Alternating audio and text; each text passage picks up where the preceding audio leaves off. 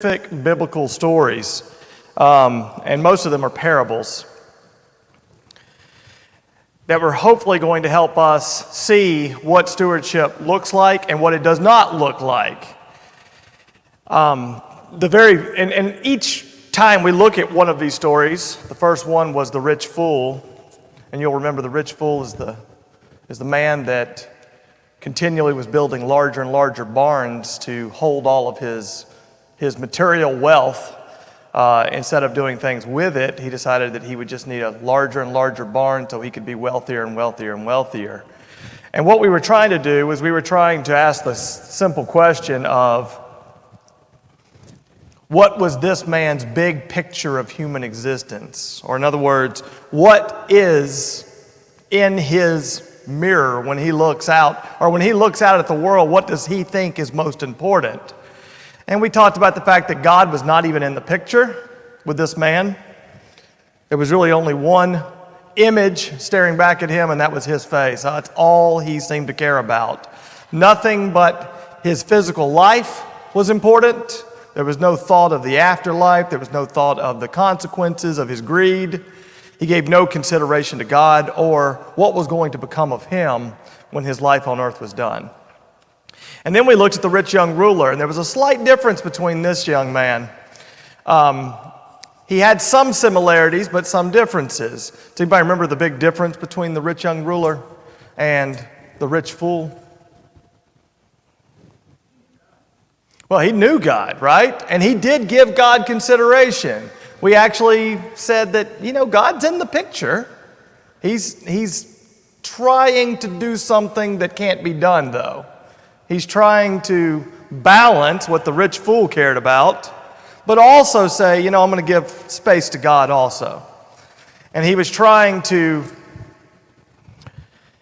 his concept of God wasn't the type of God that we need to have. He was thinking about a God that was just, I've got rules, I've got regulations, and if I follow these, no matter what's in my heart, it doesn't make any difference. As long as I follow these rules, I'm going to be just fine.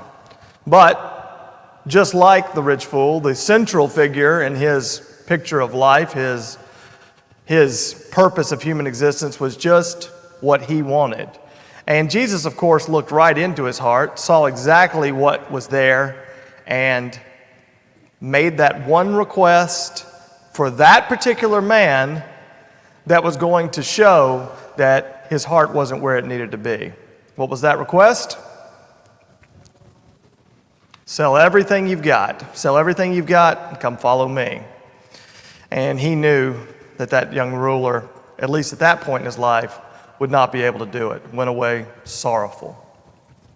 So he gave serious consideration to the commands, but he believed that it was too much to give up in his life, too much wealth, too much fortune to give up in order to give up, to try to give up all those things so he could follow God.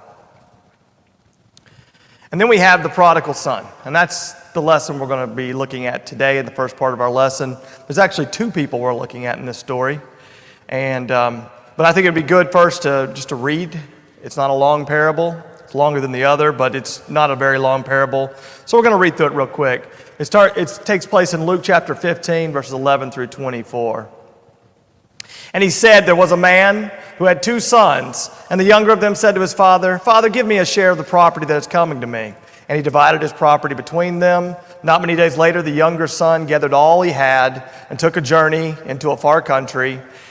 And there he squandered his property in reckless living. And when he had spent everything, a severe famine arose in the country, and he began to be in need. So he went and hired himself out to one of the citizens of that country, who sent him into his fields to feed pigs. And he was longing to be fed with the pods that the pigs ate, and no one gave him anything. But when he came to himself, he said, how many of my father's hired servants have more than enough bread, but I perish here with hunger? I will arise and go to my father. I will say to him, Father, I have sinned against heaven before you. I am no longer worthy to be called your son. Treat me as one of your hired servants. And he arose and came to his father. But while he was still a long way off, his father saw him and felt compassion and ran and embraced him and kissed him. And the son said to him, Father, I have sinned against heaven before you. I am no longer worthy to be called your son. But the father said to his servants, Bring quickly the best robe and put it on him, and put a ring on his hand and shoes on his feet, and bring the fatted calf and kill it. And let us eat and celebrate. For this my son was dead and is alive again. And he was lost and is found, and they began to celebrate. In verse 25, we turn to the older son. Now his older son was in the field, and as he came and drew near to the house, he heard music and dancing. And he called one of the servants and asked what these things meant. And he said to him, Your brother has come, and your father has killed the fattened calf, because he has received him back safe and sound.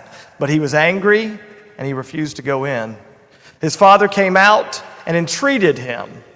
But he answered his father, Look, these many years I have served you, and I have never disobeyed your command, yet you never gave me a young goat, that I may celebrate with my friends. But when this son of yours came, who has devoured your property with prostitutes, you killed the fatted calf for him. And he said to him, Son, you are always with me, and all that is mine is yours. It was fitting to celebrate and be glad, for this your brother was dead and is alive. He was lost and is found. Now we're going to turn our attention, because we've talked about already two negative examples, we're going to focus on the negative first. And we're going to look at the prodigal son's older brother, found there in verse 25 through 32. And the question's the same question. What is the big picture? What is in the big picture of human existence for this young man, the older son, the older brother? He saw, say it again. He saw what he was going to have, and that's the picture. And he knew there was money, but it would come later. Right. He knew the inheritance was coming. He knew that, but he was focused entirely, again, on himself. What else? He's pretty selfish in his own right. I kind of looked at it as you're reading and thinking is, he said, Daddy never gave me anything. Well, did you ever ask? You know, to me, that's the question. If we look at this God in us, did he ever ask? He didn't ask, he just expected. Is it true he has nothing, that his father gave him nothing?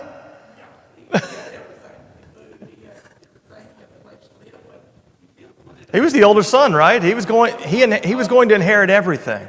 He said, Dad, I'm going to pick a goat. I'm going to have my friends over what his dad said. Fine, go ahead and do it. Yeah, he was the central star of his picture. Was the father there? Yes, I mean, he served his father continually, served his father well, was loyal, at least visually, at least in task. I mean, he did things for his father constantly, but did he serve his father with his heart? And of course, it came very obvious that no, his heart wasn't belonging to the father. Life was centered in the physical and in consideration only for what he had. Remember, he also had a brother that had come back, a brother that presumably the whole family had been worried about and sad about what had become of him. But there was no compassion whatsoever. It was almost like, I wish he would have stayed out there. I don't want him back. He's done. His forgiveness couldn't go as far as God's, obviously. He was completely self-absorbed in what he regards as the personal injustices that he was facing. But then we turn our attention to the thought of the prodigal son.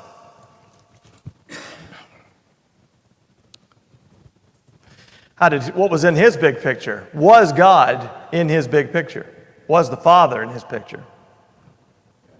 Was it always in his picture? No, I mean, he had obviously moments where all that was important to him was living that earthly life of pleasure. Everything that he could get, the wealth, the friends, the popularity, all the trappings of fame and fortune was what he cared about. And I say friends, I don't know if he had any real friends. Obviously, the moment the money ran dry, his friends were scarce were no longer in his life. Verses 18 and 21 say, I have sinned against heaven and in your sight. That shows someone who is repentant. That shows someone who recognizes that he's done wrong, that he's mistreated the Father, and that he has abused God himself. So God was certainly back in the picture after he repented. Who was the central figure? Well, when he came back to the Father, what did he ask for? He did ask for forgiveness, but what did he literally ask for in that? Yeah. He didn't come back, and that gets back into the stewardship idea. He didn't come back asking, I'd like to be a prince again.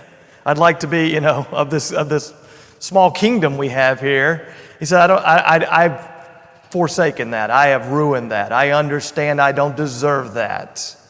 And he came back with the idea that I want to be a servant. Not even a son. Not even a son that's second. I don't want to be the son anymore. I understand. Of course, he wants to be it, but he understands, at least in his mind, he is no longer worthy of it. He accepted responsibility for his actions, for his behavior. The son left home thinking he was everything. He was in total control of his life. That money gave him a security that he thought would last for the rest of his life. He thought that was all he needed to take complete control of his life.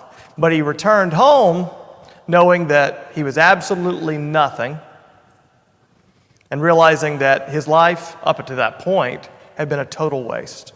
Everything had been wasted. So one more example as we continue to contrast different examples of stewardship in the New Testament. Let's look at the first Christians in Jerusalem. Acts chapter 2, verse 37 through 47. Acts chapter 2, verse 37 through 47. Somebody else want to read this passage, 37 through 47, nice and loudly for us?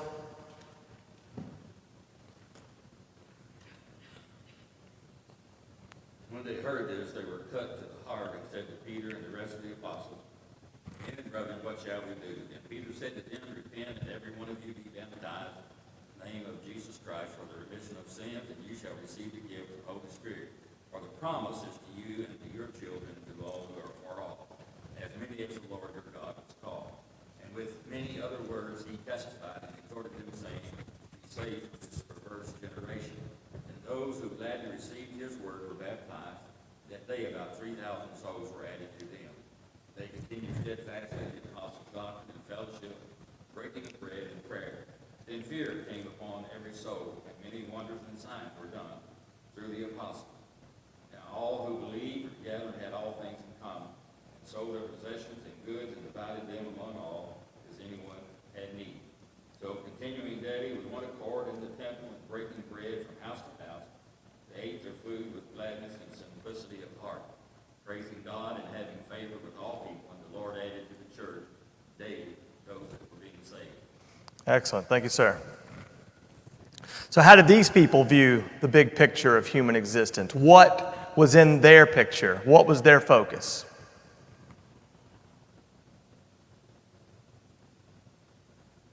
They had heard exactly one gospel sermon. And what were they ready to do? Be servants of God. Jesus Christ was the entire picture for them at that moment. And this verse doesn't just tell us what happened in the moment. It continues to tell us what happened in the months and years after this moment. Jesus Christ was the entire picture. They were only in the picture if they related to God through Christ. They expressed love and devotion daily. How did they show that? I know that was a lot we just read, but what did they do to show their daily devotion to God? They helped each other, shared, had common now. They shared everything they had. There was no poor among them within the brotherhood there. They took care of every single need. God doesn't need anything, but God's people often do. And there were needs, and they met them. I've always thought that, if they would go house to house, somebody had to have a big meal every night fixed. They did, or they walked into their houses and cooked for them. All kinds of wonderful things were happening there with the church. Yeah. Group of people that have found this truth and they're anxious to share it with people around them. So I think they're doing a lot of that, sharing what they have, and kind of like making the people that don't do it wish they had that. Go ahead, David. One thing that's not said, but it's heard, they didn't put one person above the other, one separate charge for the apostles, period. They didn't come up and say, well, I'm right behind Peter in the hierarchy. That didn't exist. It was all, everyone equal, everyone sharing what they had. There was no, like say, hierarchy, I don't know a better word to put it. Yeah, I mean, I don't think anything in society parallels what the church is when the sense of every walk of life, every occupation, every level of, quote, worldly authority is found in the church, should be found in the church, and it should make no difference. There was more than just the sacrificial caring for the needy, but there was other things they were doing there. We talked about the fact they were entering each other's houses. There's fellowship. You know, we often say that fellowship isn't just eating a meal in the fellowship hall. They entered each other's houses. They knew each other. They were familiar with one another. They were cooking in each other's homes. They were, you know, there's no catering here. There's no bringing food. I imagine all the food's being cooked on the fly. These are people that are literally living with one another in that respect. And these verses also tell us there was understanding about Jesus. They were understanding and coming to a greater understanding of Christ. Remember, they had only heard one sermon, and they had been told that what they had done as a people, they literally did not drive the nails into the hands of Christ, but they knew they had taken part of it. Also says they praised God together. So they were obviously worshiping with one another. The first century Christians in Acts 2, I think they understood the events in Jesus' death after Peter had preached it. They understood what the resurrection was, and that these things combined with the events of Acts 2 were a fulfillment of what they had been waiting for in the Old Testament. They knew the Word. They knew the words of the Old Testament enough to recognize that when fulfillment of prophecy was happening in front of them, they didn't ignore it. They did not notice it. They knew exactly that this was the fulfillment. And if you go back and look through Peter's sermon in Acts chapter 2, you will see him quoting Old Testament scripture and point after point after point showing that everything that happened was exactly in harmony with what God had predicted. The big picture was not the nation of Israel. They realized, and that this is a big problem at the time, this was not Jesus Christ sitting on a worldly throne, bringing Israel back to their place in the world's pecking order. This was not about that. It was not the nation of Israel. The big picture was God. It was all he accomplished in Jesus Christ. So we've been talking about this idea that our attitude and our perspective is very important. It's not enough to try to be good stewards by just doing all the right things, but we have to have the right attitude and perspective if we're going to be proper stewards. In the book of Romans, Paul writes extensively in the first 11 chapters or so, and he's explaining to Christians in Rome some things that are essential to their lives.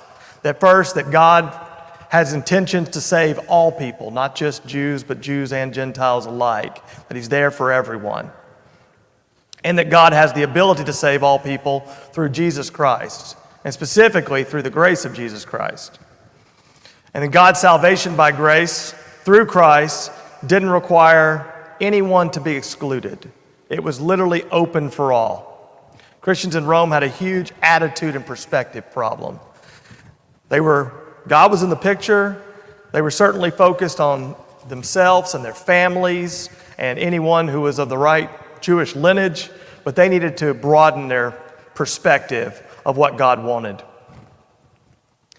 Paul made clear how proper attitudes and perspectives would change relationships and behavior, not toward just family, but towards everyone in their society in Romans chapter 12, verse 19 through 21.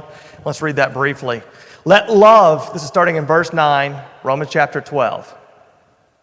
Let love be genuine, abhor what is evil, hold fast to what is good, love one another with brotherly affection, outdo one another in showing honor.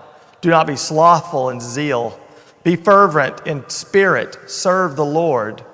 Rejoice in hope, be patient in tribulation, be constant in prayer, contribute to the needs of the saints, and seek to show hospitality.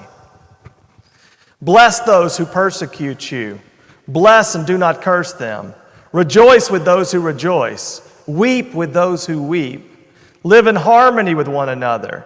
Do not be haughty, but associate with the lowly. Never be wise in your own sight. Repay no one evil for evil, but give thought to do what is honorable in the sight of all. If possible, verse 18, if possible, so far as it depends on you, live peaceably with all. Beloved, never avenge yourselves, but leave it to the wrath of God, for it is written, vengeance is mine, I will repay, says the Lord. To the contrary, if your enemy is hungry, feed him. If he's thirsty, give him something to drink. For by doing so, you will heap burning coals on his head. Do not be overcome by evil, but overcome evil with good. So we're going to go through and kind of summarize what we've just read. I don't know if I can even say it any more succinctly than Paul just wrote. But I went through and just tried to tease out all the true marks of a true Christian in Romans chapter 12. Number one, and feel free to raise your hand, and if there's any comments you want to make or elaborate on any of these, you certainly can, but we're going to go through them pretty quickly. Love would be genuine and unselfish. Love would be genuine and unselfish. I mean, we think about how we love our fellow brothers and sisters in Christ, and we know there are some of us that are harder to love than others, some of us that are more difficult to express the same type of love, but with God, it's all the same. We have that type of love that Christ has for us, for each and every one of our brothers and sisters in Christ, and it has to be an unselfish love, a love that we don't hold anything back. A commitment to each other would be real. Is it possible to have a commitment without it being real? I mean, I have a commitment to my boss, but the moment he stops paying me, that commitment is going to really suffer. In fact, I probably won't be there the next day. It's done. We're done, and I'm going to go find somebody else to commit to. This is a commitment that, it's like a marriage. It's a commitment that, for better or for worse, we're committed. I think we live in an age where, I don't know, I always these things pop into my head that I'm like, I don't even know if I should go down this road or not. But, I think sometimes we live in an age where we go, well, there's another church. If things don't work out with this family, I'll just go down the road and find somebody else to worship with. And I'm like, well, that's your family. Could you imagine saying, I got some other family that lives in a state over. I'm just going to leave these guys behind. I'm going to go over there. And I understand that our jobs take us places and other things take us places and other life circumstances. But, I've always been of the thought that whatever church I end up worshiping with, I've just thrown my lot in with these people, and I'm going to commit to these people. And even if we have setbacks, and I think this church has had a lot of setbacks that aren't our own doing. I mean, we've suffered some things in the short term, just the 3 years I've been here, that I don't think anybody can point any fingers and say, oh, this was somebody's fault, or this was. We just had some unfortunate circumstances, starting with COVID and just coming down the line from that. But to say that we're not committed, and to think that, well, maybe we can just fix this by moving on. I think their commitment was to make each other better, and that's what it means. You're committed to, just like in a marriage. So with your church family, it should be the commitment. Let's make it better. Let's let it grow. Let's not fail at the first little deal. Absolutely. I think, if you have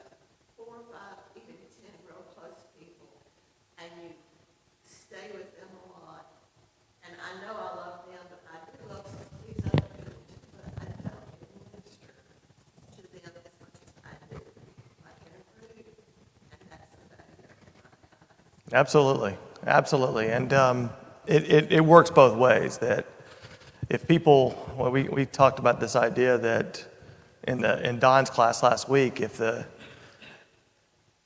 when we talked about church discipline and the idea of disfellowshipping, if disfellowshipping doesn't feel like anything, then it doesn't work. It doesn't have any effect.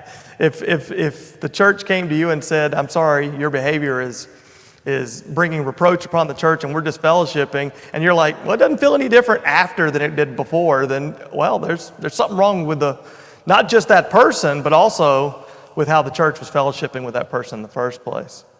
Number 3, assisting others would be fundamental to a Christian's personal identity. I mean, it's a way of life. It's not something special we're doing. This is just normal. It's just absolutely like breathing. It's something we're going to do, and it's going to be something we always do, is assisting others. Christians would be a blessing and not a threat to their enemies. Christians had a strange reputation as, they often got accused of things, but they were never really guilty of it. At least true Christians weren't, by governments that were hostile to them and others.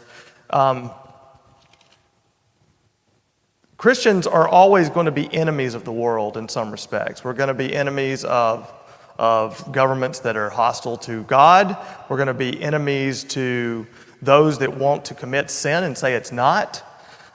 There's always going to be hostility built into the situation. Can you think of any other ways that Christians are hostile to people, even though we don't attempt to do that? Yeah. Is there guilt that people feel when they see a Christian life? Yes. Typically, we don't want to be in that situation as an individual. But I think you brought up a good point from the standpoint is Christ is not appreciated by a lot of people. And if we're supposed to suffer like he did, that means we're going to be crucified. And for things we're going to be disliked by a lot of people. Now, we've got to overlook that. So you dislike me. I can't help that. That's your issue. But I don't necessarily think it dislike you as a person. Right. I don't like what you do. But I should love you as a person. And I think it really goes back to that first statement you made. You can't. If love, if you say I love you, you don't need to put genuine behind it, because it's either love or it's not love. You can call it whatever you want to. You just don't spell it the right way. Right. If you love it, you're gonna be committed to the people. And it doesn't need to have to be all the extras to go with it. It's either a commitment or not a commitment. And that segues very nicely into the idea that we're not just not going to be a threat, we're going to be a blessing to our enemies. How can Christians be a blessing to our enemies? Paul gives a few concrete examples. What does he say? We're the only ones that can tell them about Christ. We're going to love them. We're going to tell them about Christ. We're going to show them Christ. We are going to be a lifeline to them, whether they take it or not, whether they know it's there or not. But we are going to be an example for them. Christians would sincerely empathize with others. It's the difference between sympathy and empathy. Empathy means we have felt what you feel. We know how it feels. And we're going to be patient with you, and we're going to recognize that others have situations that you can only fully understand by walking in their shoes. David, you want to say something? Goes back to what I was trying to say, and I think I got the wording right. We're not above one another. We're not, I'm better than you because I gave this, you only gave that. We're all equals here in the church as far as being Christians. We shouldn't put ourselves above each other for what we've done. No, absolutely. We empathize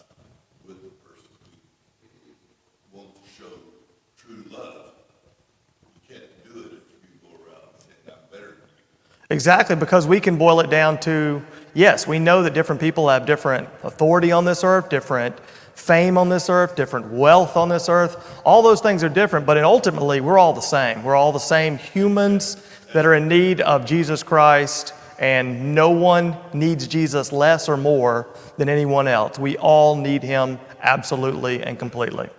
Absolutely, David. I think you expressed it well the first time and the second time. Thank you. Christians would establish real relationships with each other. And again, we talked about this in Don's class last Sunday night. That idea that going beyond just, hey, how are you? And I'm as guilty of this as anybody else, of trying to I need to reach down and try to find something more important to speak to this person about. And that comes from a lack of knowledge, a lack of knowing, a lack of remembering things, because we don't know each other as we should, but we have got to establish real relationships with others. It's not enough just to, look them in the eye and say, I'm fine. And I've seen people in those circumstances actually get angry when they hear a real answer to how are you doing. Like, I didn't ask for that. You know what I'm looking for. I'm looking for fine, and let's move on. Don't tell me something's wrong. I don't want to hear that.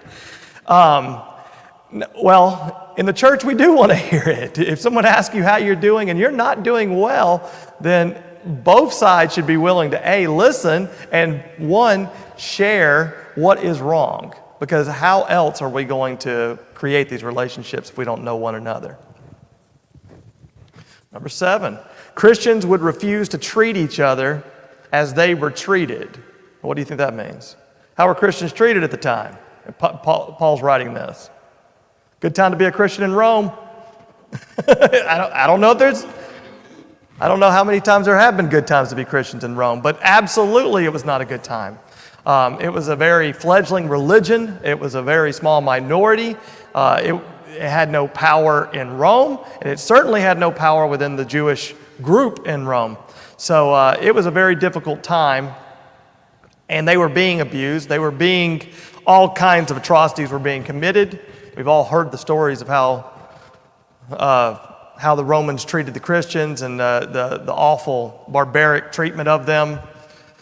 But Paul says we refuse to treat others the way we're being treated. It'd be easy.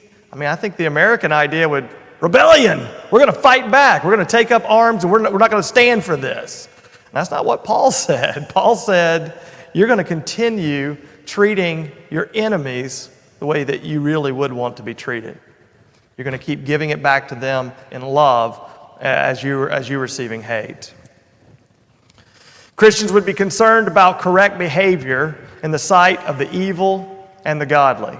Doesn't make sense, doesn't make a difference who you're with. And we talked about this last week in this idea of stewardship, that we can't have two different lives. You can't have a life when you're not with members of the church and a type of life that you are when you are with them. You cannot live that bisected life where I live my worldly life half the time, or not even, maybe more than half the time, and I live my Christian life the other. Christians are going to be correct in their behavior, even when they're in the sight of evil or godly. And then Christians would recognize that vengeance belongs to God. And this kind of goes back to the point number 7. Yes, you're going to be abused. Yes, you're going to not enjoy it. You're not going to be happy about it. You are going to be angry about it. You're going to want there to be consequences for the way you've been treated. But let that be God's. Let that belong to God. Realize that no matter what happens in this earth, you're going to get your reward. And those that do not respond and those do not try to live godly lives, they will get theirs. And then finally, Christians would accept and live by this truth: the only human option for overcoming evil is doing good.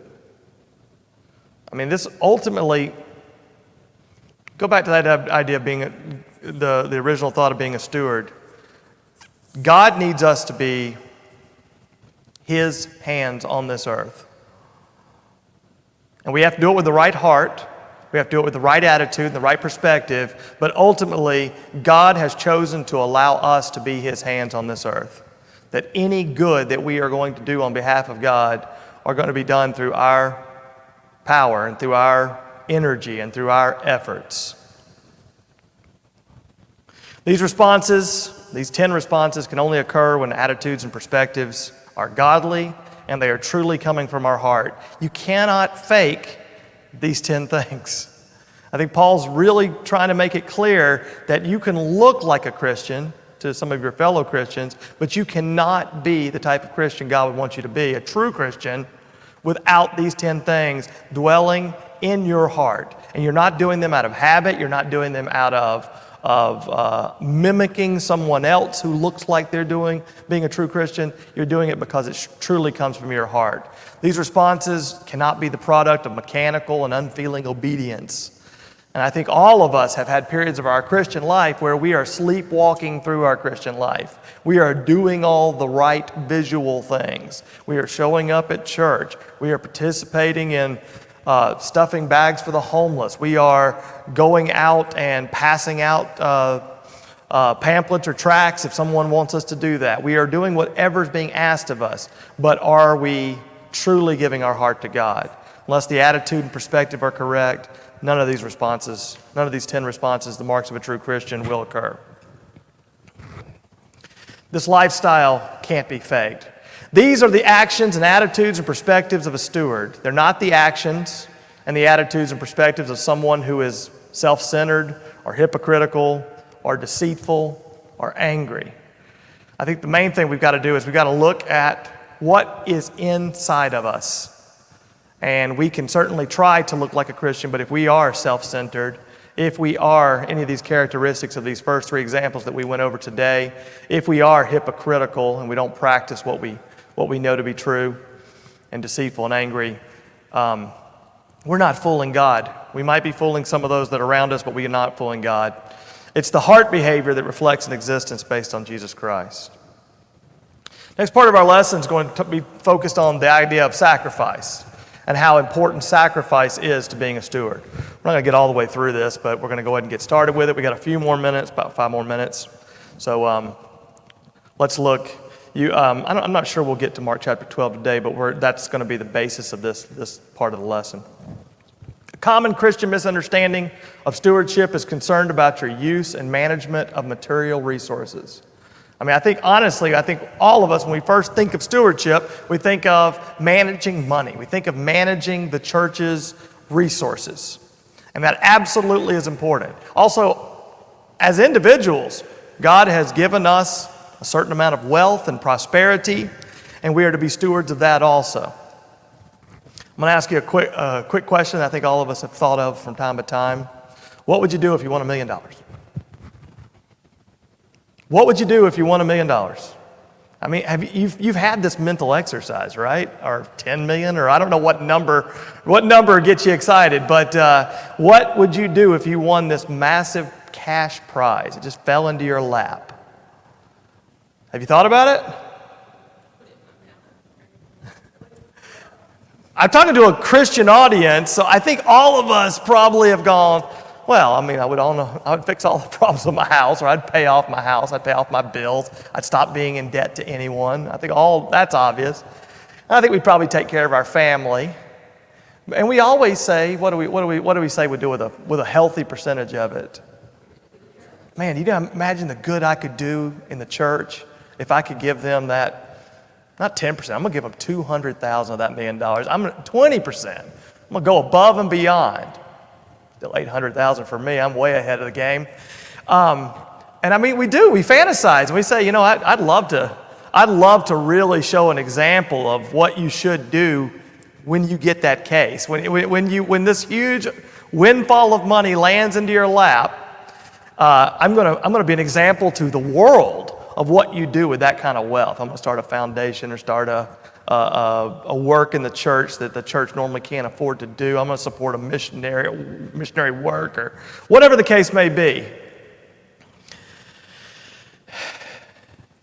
So we make that statement, if I had the money, I would take care of X need in the church. And I think we've all done it. What's wrong with that?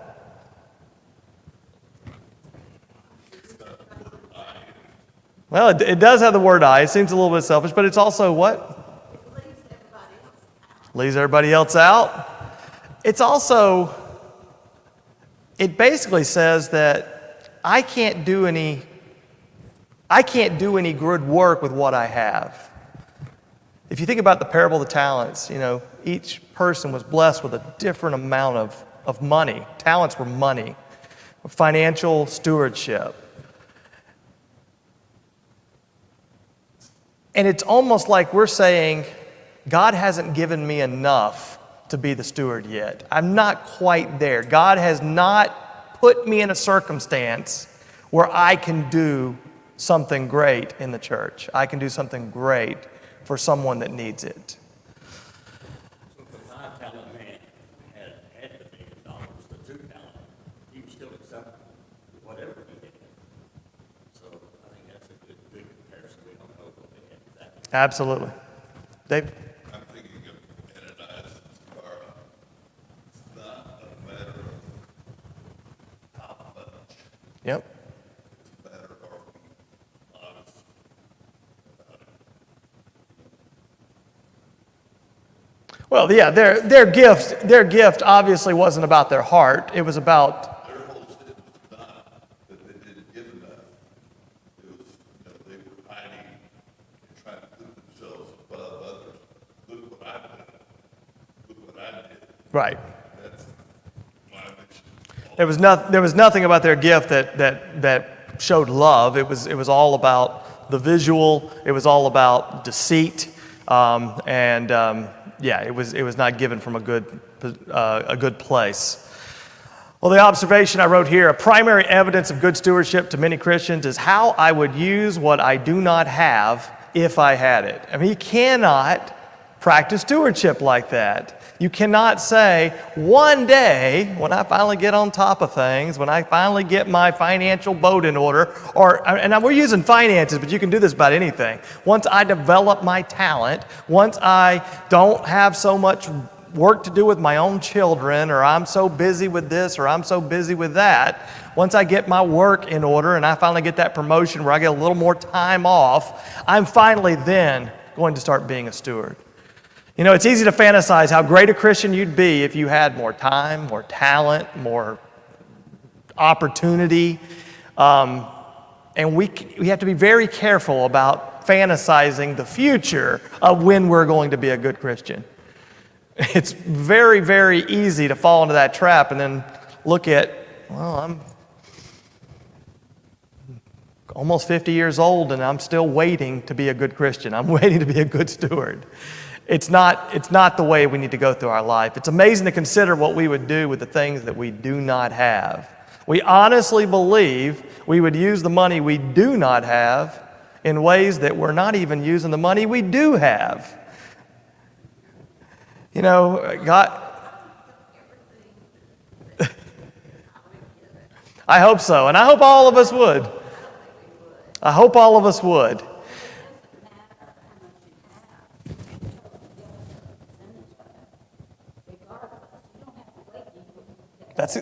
It's the point. That's the point I think Don was trying to make also with the idea of the talents. We cannot fantasize about a future time when it's going to be easier to be a steward. We have to live our life every day as right now, what can I do? The rest of this lesson is going to be looking at examples of people who did exactly what they could. They pushed it to the point of sacrifice, yes, but they did what they could in the moment. And others would look at them and say, oh, that's nothing. To some, what you can do might be nothing to someone else, but it's what you can do. We believe we would use our surpluses, if we had them, differently than what we actually have.